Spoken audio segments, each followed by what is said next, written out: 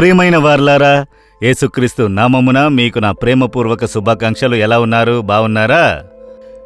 ఈ స్థలం చూచుటకు అందంగా ఉన్నదా? లండన్ పట్టణములో ఉన్న ఒక స్థలమే ఇది. అక్కడ బకింగ్హామ్ రాజంతఃపురం ఉంది కదా, దానికి పక్కలో ఉన్న ఒక ప్రాంతమే ఇది. చాలా పెద్ద గార్డెన్ ఉన్నది, చూచుటకు చాలా అందంగా ఉన్నది. అందులో ఒక ప్రాంతంలో కూర్చుని మీతో మాట్లాడుచున్నాను.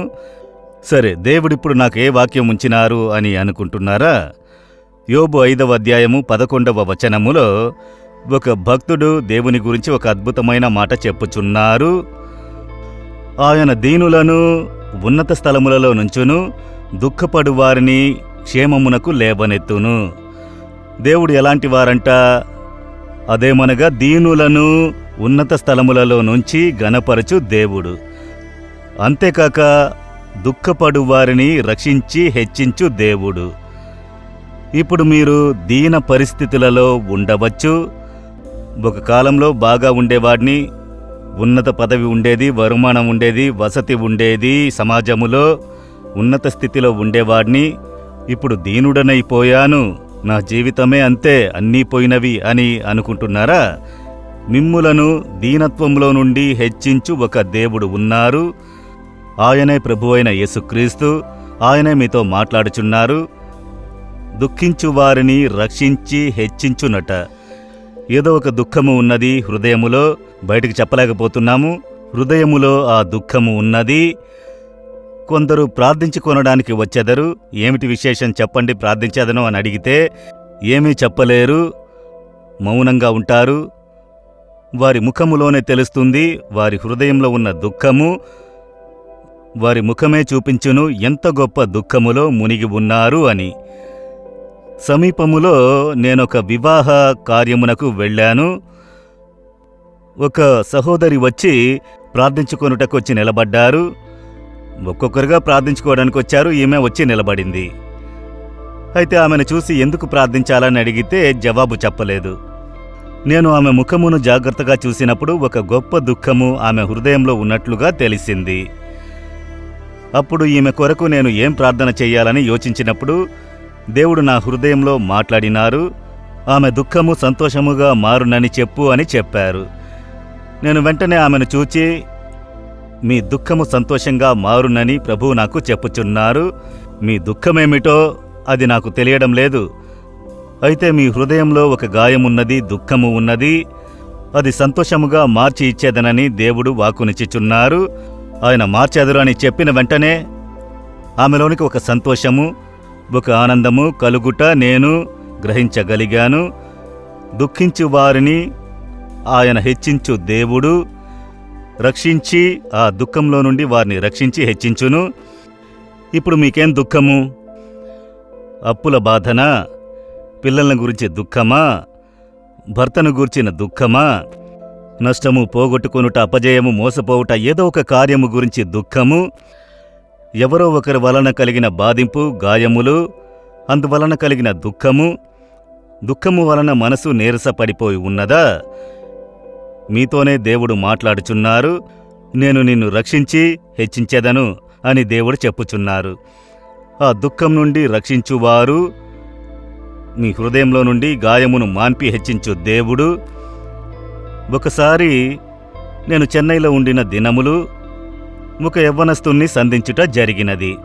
2-3 సార్లు నేను ఆ యవ్వనస్తుణ్ణి కొన్ని రోజులలో సంధించాను.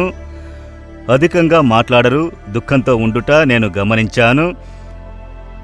ఒకసారి నేను ఆ యవ్వనస్తుణ్ణి చూసి, మీతో కూడా నేను ఏకాంతంగా మాట్లాడవచ్చా అని అడిగాను. సరే అని చెప్పి నేను ఉండే మేడ మీదకి తీసుకుని వెళ్ళాను. నీ హృదయంలో ఏదో ఒక దుఃఖం ఉన్నది, మీరు దాన్ని బయటకు చెప్పలేక హృదయంలోనే ఉంచుకొని కలత చెందుతున్నారు.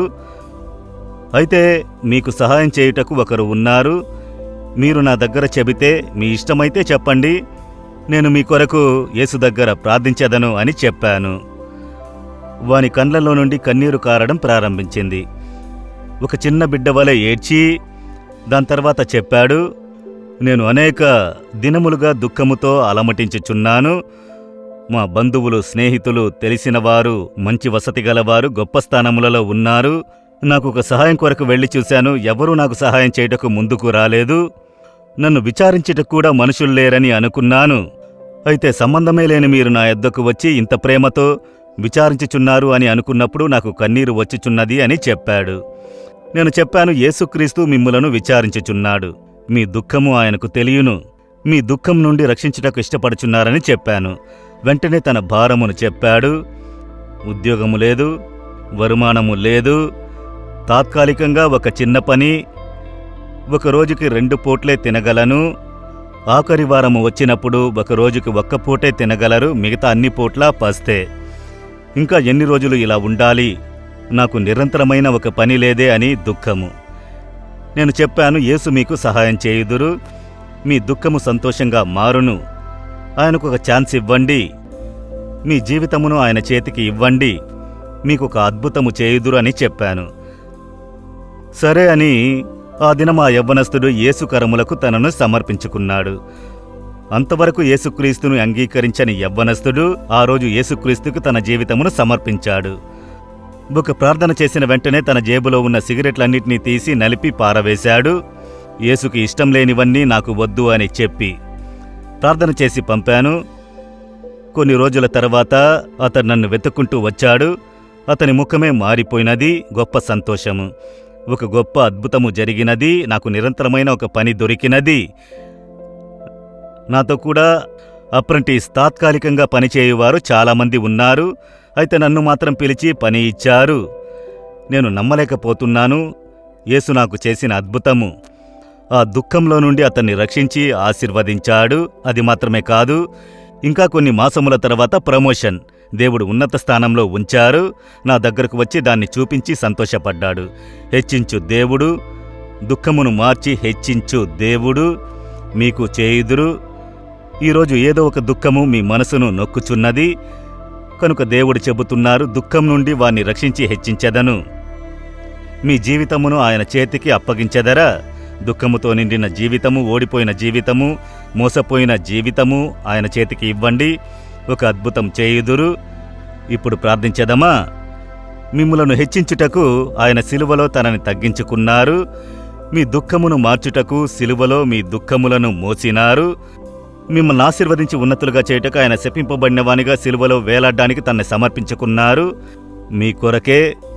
కనుక యేసు, నాకు అద్భుతము చేయుడి, విడుదలనివ్వుడి అని అడగండి. తండ్రి, ఈ కుమారుని కొరకు, కుమార్తె కొరకు ప్రార్థించుచున్నాను. హృదయంలో గాయపడి దుఃఖముతో, వేదనతో, బయటకు చెప్పలేని భారముతో కూడా ఉన్నారు. వారి దుఃఖమును సిలువలో మోసినది తలంచి ఆ దుఃఖము నుండి వారిని రక్షించి హెచ్చించి ఘనపరిచి ఆనందింపజేయుము. ఈ దినమే ఒక అద్భుతము జరుగునుగాక. యేసుక్రీస్తు నామములో ప్రార్థించుచున్నాను తండ్రి. Amen, amen. Jesus redeems Telugu YouTube ఛానల్ను సబ్స్క్రైబ్ చేయండి. సబ్స్క్రైబ్ బటన్ను క్లిక్ చేయండి మరియు బెల్ బటన్ను నొక్కండి. ప్రతిరోజు కార్యక్రమ సమాచారం పొందండి.